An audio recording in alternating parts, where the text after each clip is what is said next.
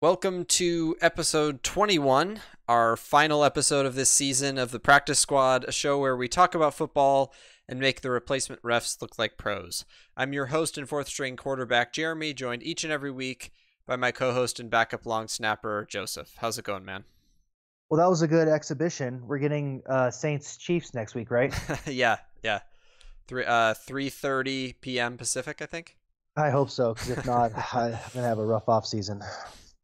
So we're live right here on YouTube each and every week during the postseason at 7:30 p.m. Pacific. Tonight is our final episode of the season. So if you try to come on to the Neuralizer YouTube channel next week, we won't be here. We're going to talk a little bit more about the future of the show and what to expect in the offseason a little bit later on. But for now, we're going to jump into a recap of the Super Bowl. We're going to talk about some bold predictions for the 2019 regular season. Our And then we're going to beloved cap off Dan our show Graziano. with some conversation about the future of this podcast. So let's go ahead and dive right into the Super Bowl. So before we talk about the actual game, I want to talk about the commercials for a second. So of course the commercials for the Super Bowl are probably the most year round or the most famous or like most anticipated commercials of the year. And so everybody at this point I think has pretty high expectations for what they're going to be and their quality. And especially I think humor. I expect good humor out of the commercials.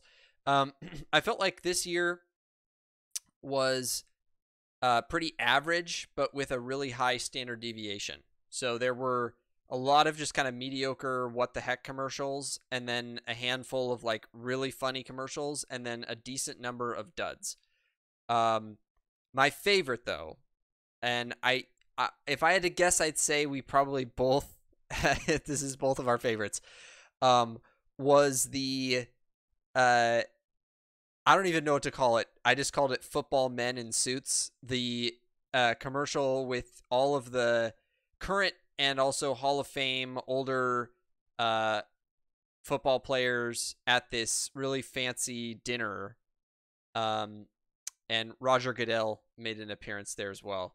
And I mean, I don't know how to describe it other than just that it was just perfect. I mean, there was a cake in the middle of the room and a football fell off of the cake, and football guys doing what football guys do, they try to protect the ball. So you've got all these older guys in these nice tuxedos jumping on the ball, throwing the ball around, diving on tables, breaking tables, getting food all over everybody. It was amazing. I can't possibly do it justice by explaining it, but it was by far and away my favorite Super Bowl ad. I've never seen anything quite like that in the past.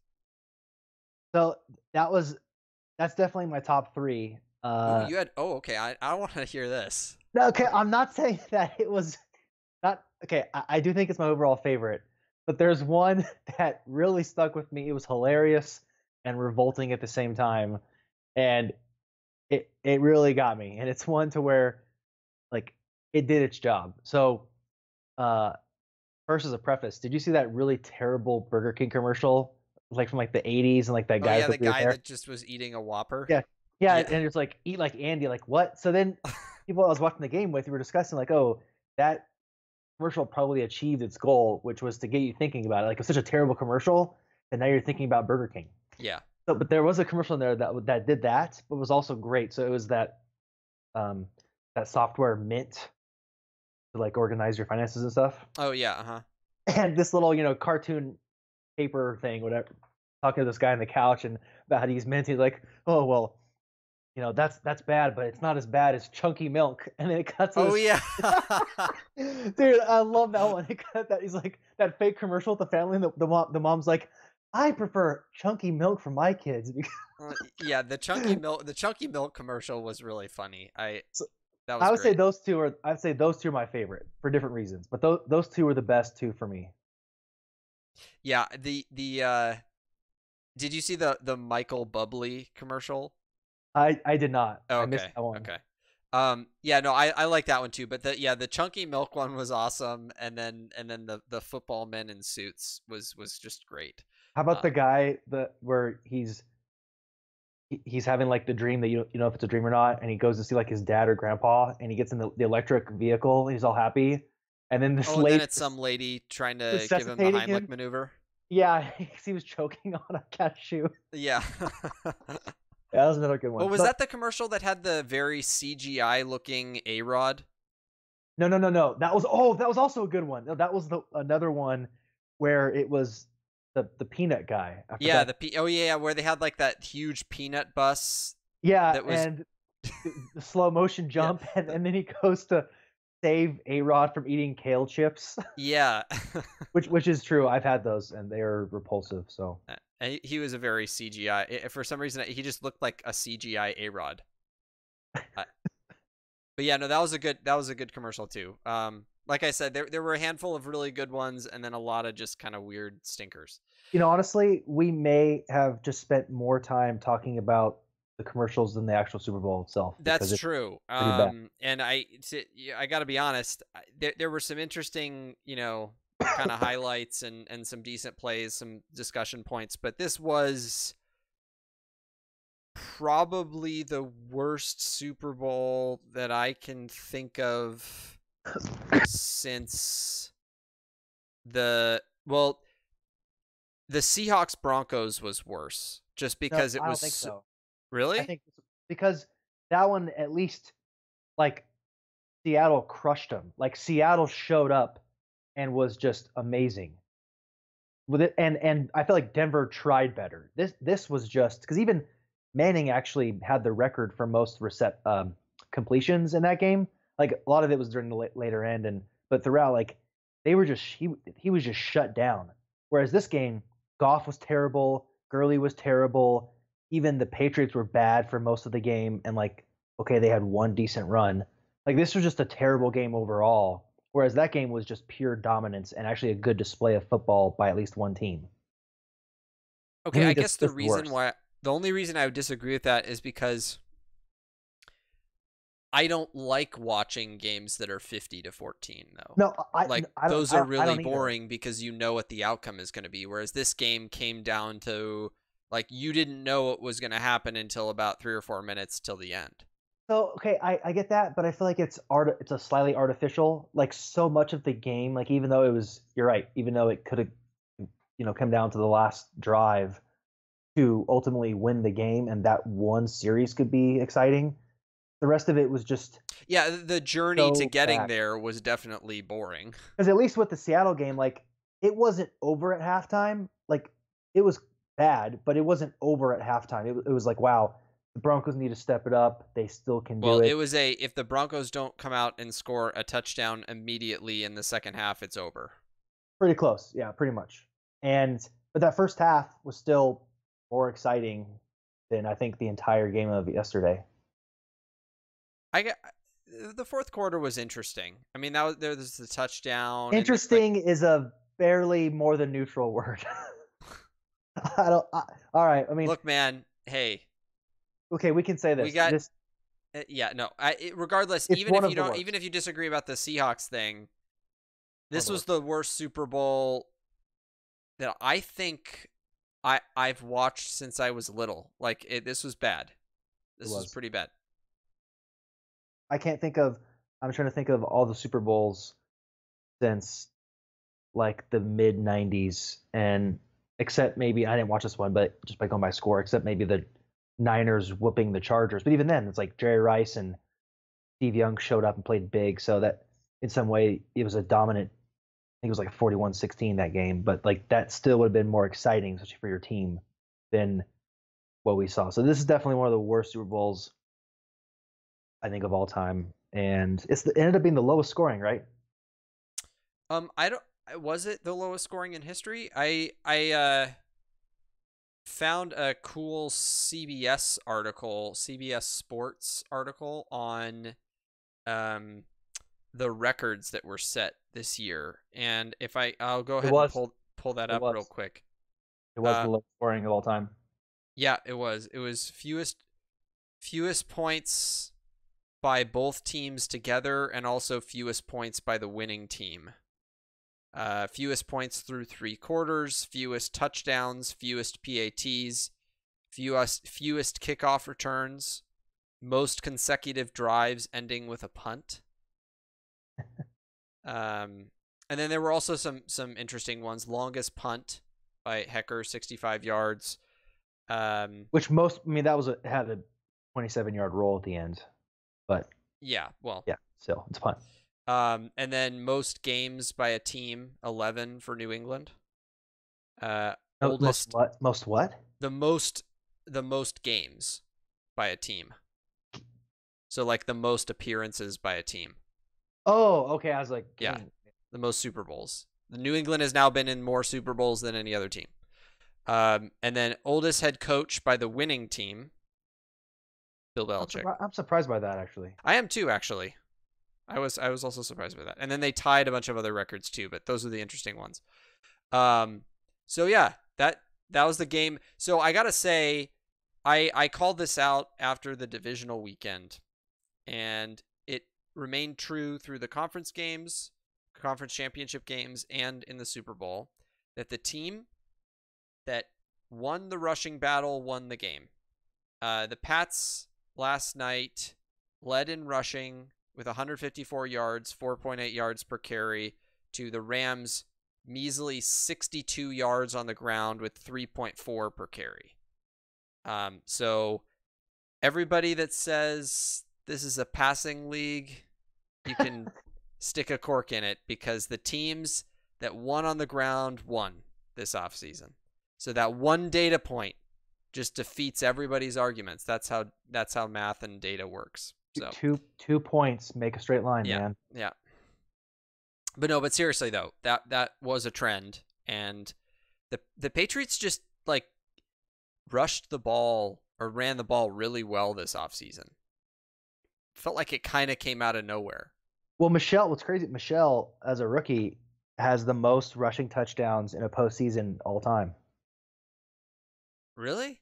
Yeah, wow. He had 6. Now, okay, I will add a caveat there. He had the record going in the Super Bowl with 5. He added one more. So unless someone added to that, but regardless, he had one of the best postseasons, and the possibility is he continued that record into the Super Bowl.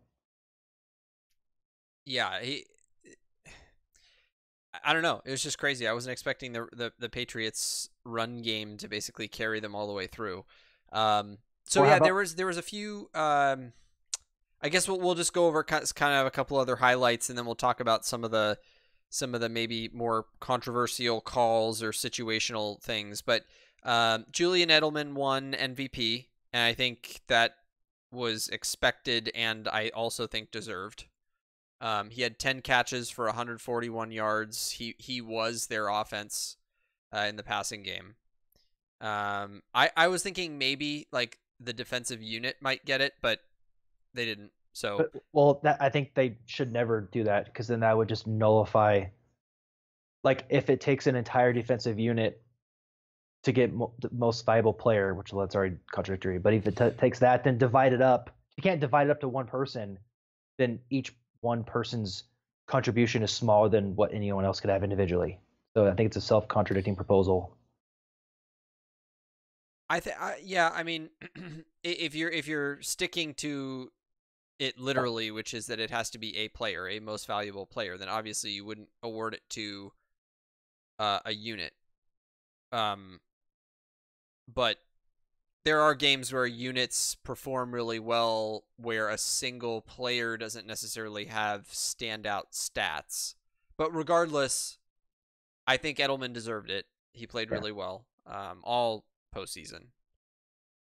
Dude, he might. We talked about that record, that receptions record. He's closer to Rice than I thought. Like, he's at like 115, 120 now already. And that's kind of where I thought he was going to end up in his career. And just in the last couple of games, he's added to that. So, what, 2 more postseasons and he could break Rice's record? What's his, like, 140, 50 something? I think it's 149. 149. Yeah, no, a couple good postseasons, he could definitely do it. That's just insane to think. And he's been playing for what, 7 years? Yeah.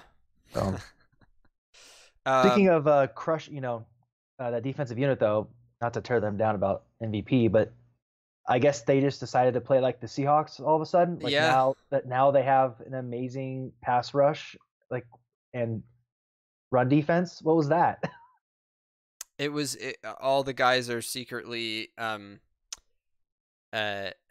the 1985 Chicago Bears just resurrected onto the field last night because the D line was just crazy last night. They were all over Goff. Trey Flowers had a heyday. Um, yeah, I just Goff was under pressure so much. I mean, to be fair, both lines were good. Brady was under pressure a lot too, but especially the Patriots D line was so dominant last night. So there were a couple of plays that I thought were missed calls. Overall, I didn't feel like the officiating was terrible. We've seen much worse before. I.e., two weeks ago. But there was an interesting call that happened earlier in the game. There was a helmet to helmet play where a Rams player tackled a Patriots receiver, and they called it a hit on a defenseless receiver. Do you remember that play? Yeah. So I think it was Gene Steratore said that because he hadn't made a football move to basically become a runner, that kind of contact was illegal.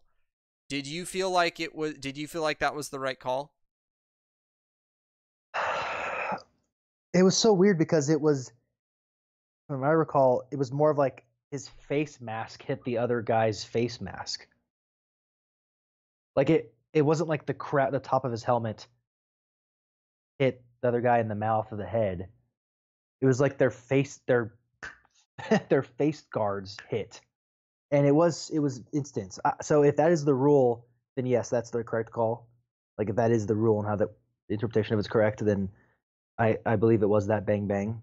But I think it was just an odd play because it doesn't look like he was trying to lead with his helmet, and since it was so close in time, he didn't even get a chance to lower his head. And their faces hit. So it's just one of those. Within the current interpretation of the rule, it's the right call, but maybe there needs to be additions or changes to the rule to account for that anomaly. Yeah. I feel like they need to loosen up on that a little bit and just define. There should be a difference between the crown and the face mask. I agree. But I think given what the rule was, according to Steratore, that was the correct call. It just was kind of a shame because it was a third down tackle, and it ended up being a 15-yard first down. So there was another call. So for all of you people out there that just say, well, the Patriots come in and they bought the refs and all the refs are on their side and all that. I personally thought, and I think this is backed up by the evidence of the game, that if you add up all of the missed calls including no calls that should have been called, that the Patriots were probably on the disadvantaged end of the refereeing slightly. There were a handful of Rams PIs that should have been called that weren't, and probably the most blatant one for me was that one play where Aaron Donald just, after Brady had just completely, like, the ball was way gone from his hands, Aaron Donald just like threw him down on the ground, and that was not called as roughing the passer. Yeah. And then everybody was complaining later about how there was that one play where there's a Patriots player like pushed Goff, and they were right on the edge of being out of bounds, so it was sort of a bang bang. Like some people thought, oh, it was a late hit, and it wasn't called. And I thought it was fair because he was still in bounds. But everybody was like, oh, well, if that had been Brady, then they would have called it. And I was like, well, just 15 minutes ago, Aaron Donald just threw him down like a sack of potatoes and it wasn't called. So Yeah, that's inconsistent. And also there were several non-PI calls that should have gone against the Rams. Where they were tugging on. I'm sure there were some that would have helped the Rams as well, but I feel like there was a net amount that hurt the Patriots. Where there were several times you watched the replay and this guy was being held, this guy's arms were being blocked, this guy's jersey was being tugged, and there were no calls. You know why some players' shoulder pads look so big? Because their heads are so small? No, because they hide cash under there. So when they need to when they need to make a play, they'll hand the referee a couple of Benjamins and then they'll go make a play. It's a miracle that cash has never fallen onto the field for the audience to see. To this day, it's never been proven, but it happens. So, yeah, I think as far as controversial calls, I think that's about all I had. Oh, the reception, the false reception by Woods. Oh yeah, that was terrible. That was not a reception. 2nd and 17, left-hand side of the field. Yeah, and then they just ran to the line really fast and got the next play off before either it could be reviewed by the refs, which it should have just been reviewed. Like Belichick should not have had to have thrown a challenge flag for that one. But it worked out because that was the same. I believe that was the same drive where it ended up being 3rd and 2, and Goff decided, you know what, I might be related. Ryan Tannehill might be like a second cousin, and I just want to emulate him in this game. So I'm gonna not get rid of the ball when I'm being chased for 10 seconds. And even after I miraculously avoid 1 or 2 tackles, I'm still gonna hold on to the ball and not get rid of it. And he ended up taking a 14-yard sack loss. So yeah, they punted anyways, so that play didn't change the game, but it could have. That was at a critical moment in the game. So yeah. And then the one kind of major game-changing play outside of the Stephen Gilmore pick when the Rams were driving towards the end, that was a game-changing play. But the other one was that deep pass to Brandon Cooks that got defended by Jason McCourty. That was a phenomenal play. Yeah, I mean, he wasn't even supposed to be defending that part of the field and came down and got his hands up on the ball. It was a great play. Yeah, that saved a very likely touchdown.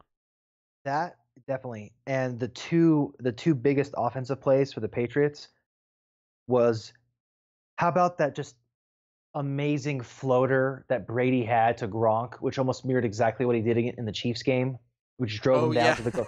Like, so here's my theory. Gronk was used early on in the game, and then after that, he was a good blocker, and he wasn't used like hardly at all for maybe end of 2nd to beginning of 4th or end of 3rd. So my theory is he was not used intentionally, right, to kind of not have the defense worry about him as much and double team and all that, and then just go for like the one golden guarantee play that like always works, which is Brady to Gronk, like the one time, just like they used it in Kansas City, and it did. I mean, it just perfect float. He was almost double teamed. A third guy was coming in. Great catch, perfect placement, and then Sony Michel runs in for the touchdown. So I think it was deliberate to not use Gronk just for that setup. And then how about Sony Michel's run? He had a 19-yard run late in the game, which it didn't seal the game, but it was a huge 3rd down pickup, and it was the longest run of the game at that point. So even though the one thing I will say, we can end it here, is even though there weren't that many big plays, there were the important ones did happen in the 4th quarter, and it did make you kind of appreciate a 20-yard play. It was like the longest play in the entire game was 29 yards. That was the throw to Gronk for both teams. So it kind of makes you appreciate, how little we're working with here. So one final thought is there were way more Patriots fans there than Rams fans. Did you hear when the Patriots were Brady, on defense. Brady. Yeah, the Brady chant, that was great. The announcers were like, "Are they chanting Brady?" Yeah, I think so. So speaking of announcers, we're going to move into our next segment of the night. Our final commentators say the darndest things of the season. And Joseph, do you have any for this week? You know, I don't want to replay half of the Super Bowl right now for you guys because I feel like every other comment that Tony Romo made could have somehow made this list. Yeah, there were a lot of almosts. Yeah, And I that's tried to what- weed it. I tried to weed it down to a couple of that I thought were worthy of darndest things caliber. I like him, and now I know because I this is the first time actually. It's crazy that I put a face to a voice. Like I had heard that voice many times, and it wasn't until last night that I was like, "Oh, it's Tony Romo." Like I've been wondering who this guy was that I'm hearing in all these games, and like picking for darnest things. I'm like, "Oh, it's been Tony Romo the whole time." So yeah, there were a lot of almost, but no, I didn't write any down. So the first one these are both from Tony Romo. The first one was, "These are two of the most physical football teams, and you're getting a physical football game." And then the next one was, "I don't think the Pats have ever been more doubted in a season." No, And I he just said that again. I just had to I just had to put that in there because of that was it an ESPN guy? We talked about it a couple weeks ago. Yeah, Or maybe last week. The guy that said that like Tom Brady is everybody doubts Tom Brady. yeah, he's been doubted throughout his whole career. Yeah. So no, I did not hear Romo say that. I might have thrown something at the TV if I heard that. So for the first one, really, Romo, I feel like at least the Bears and Seahawks have something to say about that. I mean, the Rams, like outside of Aaron Donald and Sue, Yeah, they're not I uh, wouldn't call them a super physical football team, and although yes, the Patriots rose to the occasion, they are not one of the more physical. I disagree with the term physical football team because it inherently all football is physical, and I think that phrase has a specific meaning that really should lend itself towards an entirely different phrase being used. yeah. Um, but that that like the way he said it, it was like, no, the Patriots are not at that caliber. I'm sorry, they're just not. So, but they had to say these things to make the game sound more epic than it was because I don't know, maybe Tony Romo got a tip partway through that they're losing ratings because this game's not very good. So, Well, it finished. It was the worst in 10 years. I'm not surprised. That's in no way surprising. All right, All right. so our next segment, we're gonna close out the 2018-2019 season by looking ahead to 2019 and our friend, our ESPN friend, a sports station from which Joseph and I have many friends, Dan Graziano, ESPN staff writer, wrote Speaking of words in which we're trying to convey a meaning that need a different phrase. staff writer. Friends is Friends. Yeah, friends. friends. Yeah, Friends that has at a lot of ESPN. meanings. So he writes an article entitled 10 Bold NFL Predictions for 2019 Season. And so we're going to go through and read these real quick. We're not going to spend a bunch of time on them, just sort of react because, again, we've done this a couple times in the past, and there's always an element of humor from these. So the first one is the Jaguars will acquire Nick Foles, but somehow still miss the playoffs. So I'm okay with. I think he might get acquired there, but to me, it's like okay. I don't think it's bold because I don't think they were really expected to go there anyways, even if they do get him. Yeah, it's not bold because they've already basically said they're giving up on, Bortles. Oh gosh, on Bortles. So I would not be. Nick Foles is the most desirable free agent quarterback on the market this year. Joe Flacco. And who's actually like attainable. So I think they are gonna get him, but yeah, I don't know. We'll see about the playoffs. That's an interesting one.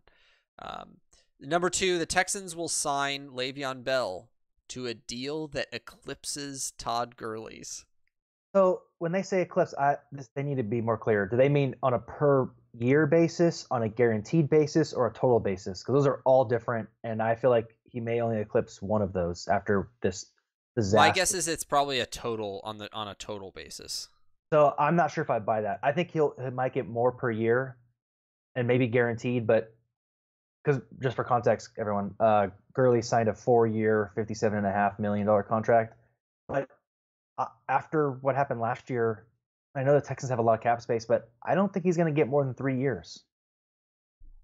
I'm not exactly sold on this. Yeah, I don't know if I am either.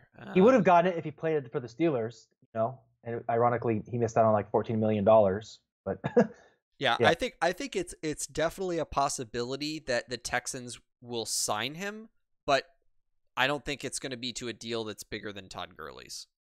Agree. All right, number 3, and maybe my favorite, is Antonio Brown will lead the league in receptions with the San Francisco 49ers. Okay, this is nonsense. Okay, and I know you can agree. Okay, so, oh my gosh. His defense here is, Kyle Shanahan and had Julio Jones. Yeah, he also had Matt Ryan. And no offense to Jimmy G, but he's not Matt Ryan. Not yet, anyway.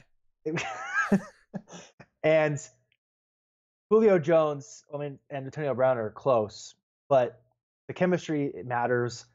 And I think the Falcons. There's going to be chemistry.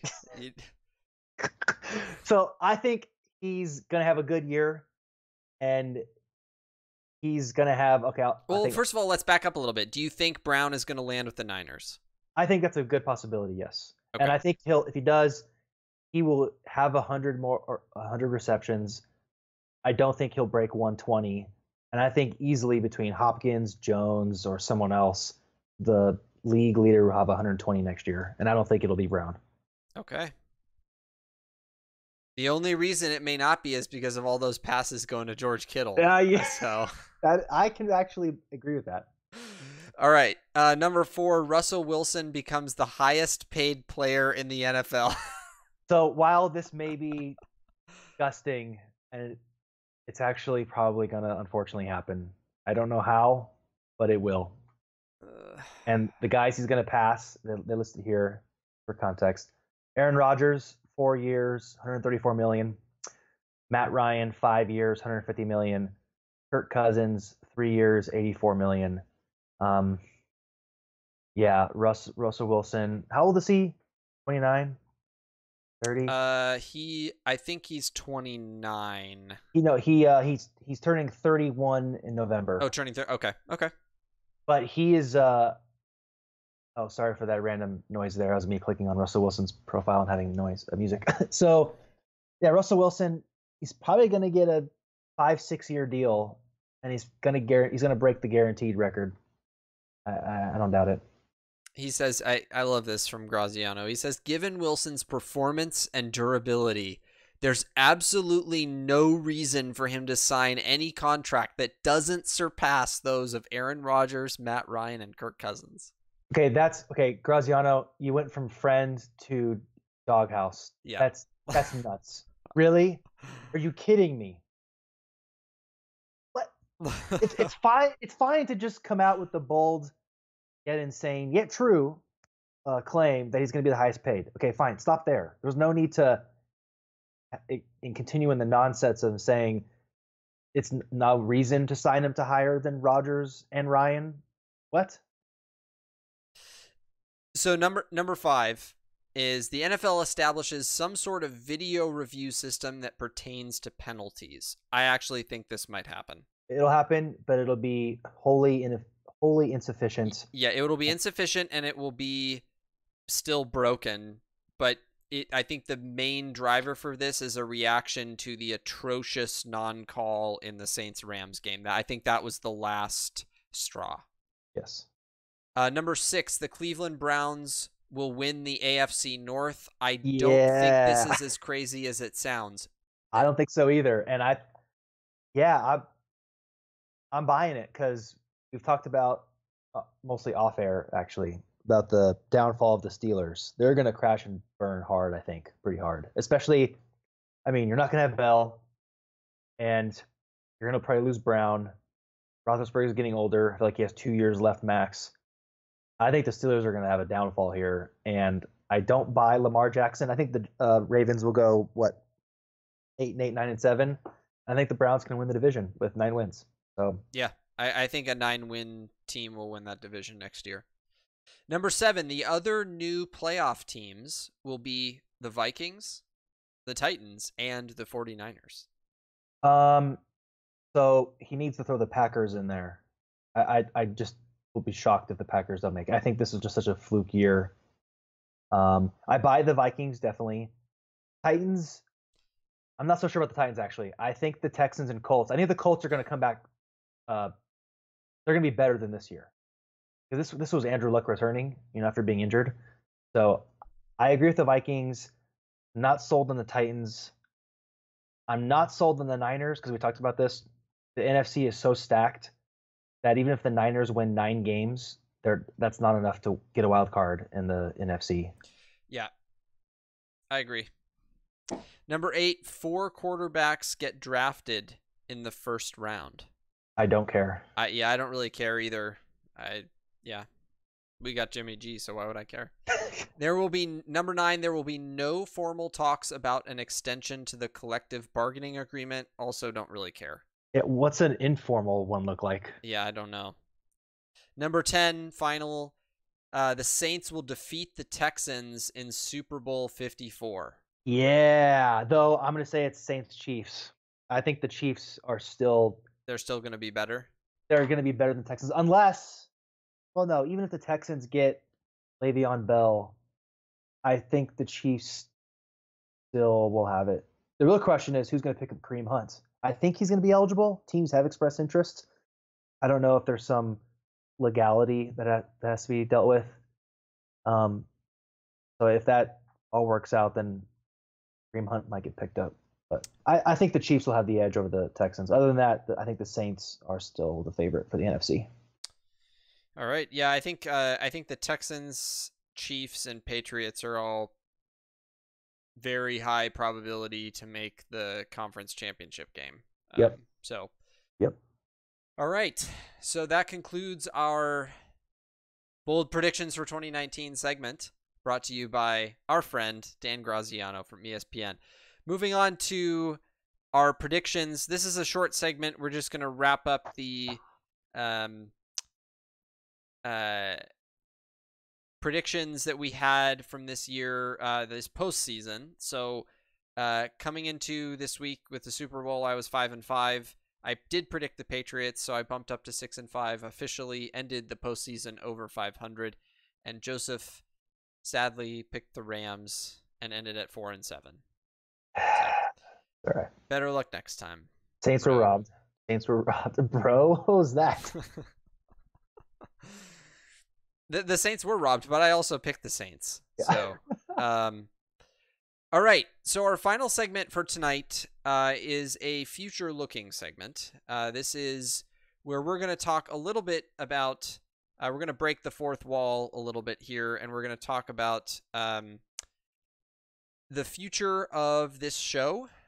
We have been so blessed to be able to do this show for you guys this year. We have been thrilled each week to provide you with a little bit of new content, hopefully a little bit of joy, a little bit of laughter, a little bit of intellect and thought. At a minimum, Joseph and I have had an absolute blast this year. And 21 episodes under our belt, I realized we skipped a couple weeks, so almost half a year worth of episodes. Very impressive. I was just, it was crazy to see how fast the time had gone by.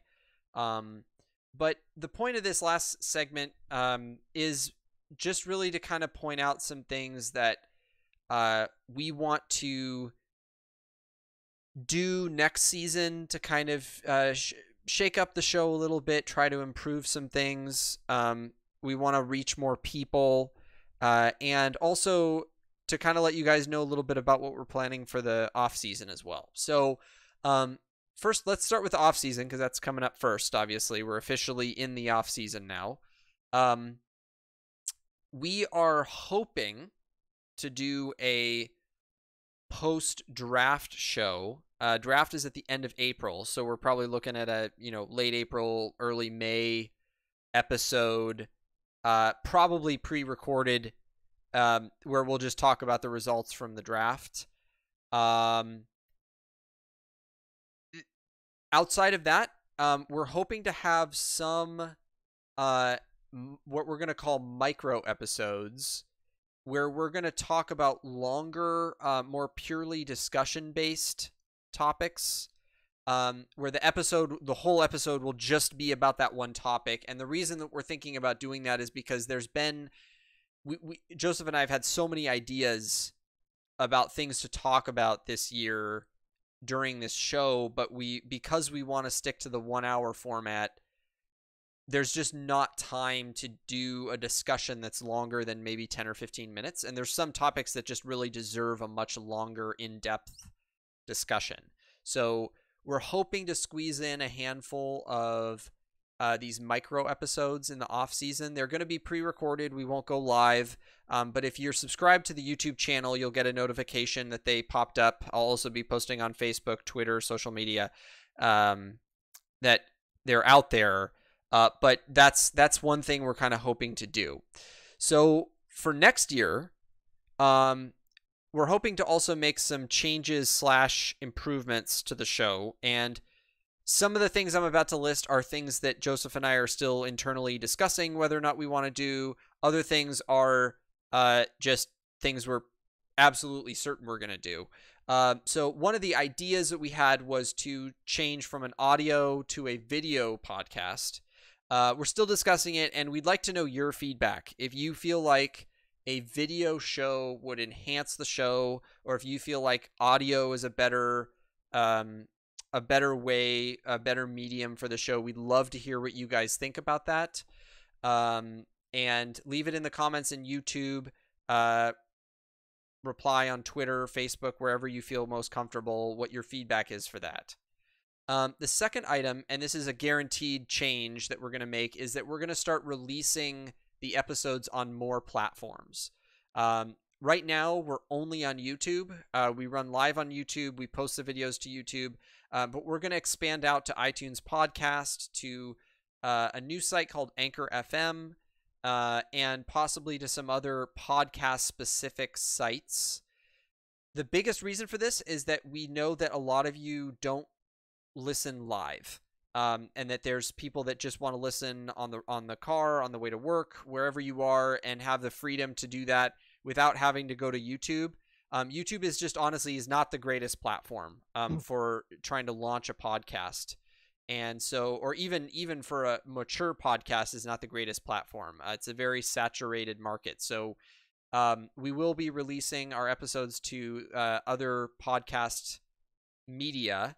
And the good news is that we're going to not just wait until next year. I'm going to also upload audio versions of this season to those platforms as well, to provide easy access for any of you that may have missed past episodes or want to go back and listen, and or new viewers that want to take a look at what we do.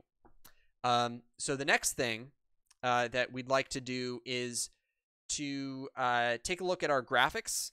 I gotta be honest, I'm not a graphic designer, and so we had some basic graphics for the show this year, and we're gonna try to look into getting a little bit more, little bit fancier graphics, something that stands out a little bit more, that shows what we're all about, that can excite people, that pops off the screen a little bit more. So if any of you have any kind of feedback about what you'd like the graphic to look like, if there's something, obviously we already have a lot of ideas for what that will be, but if you have any ideas of your own for what you think would be a cool picture or image for the show, let us know, and we'll take that into account for sure. You guys are the the people that have been with us from the beginning. So we really appreciate any kind of feedback you have, any ideas you have. And then the last one I had before I bump it over to Joseph for any things he's looking to improve or change is, I think next season we're going to be shifting the way that we do content a little bit, in the sense that we would like for the show to be a little bit more of a league-wide focus. Right now we have the weekly 49ers and Dolphins segments, and while the show started with the vision of these episodes basically just being extensions of the phone calls that Joseph and I have where we talk about the Niners, we talk about the Dolphins.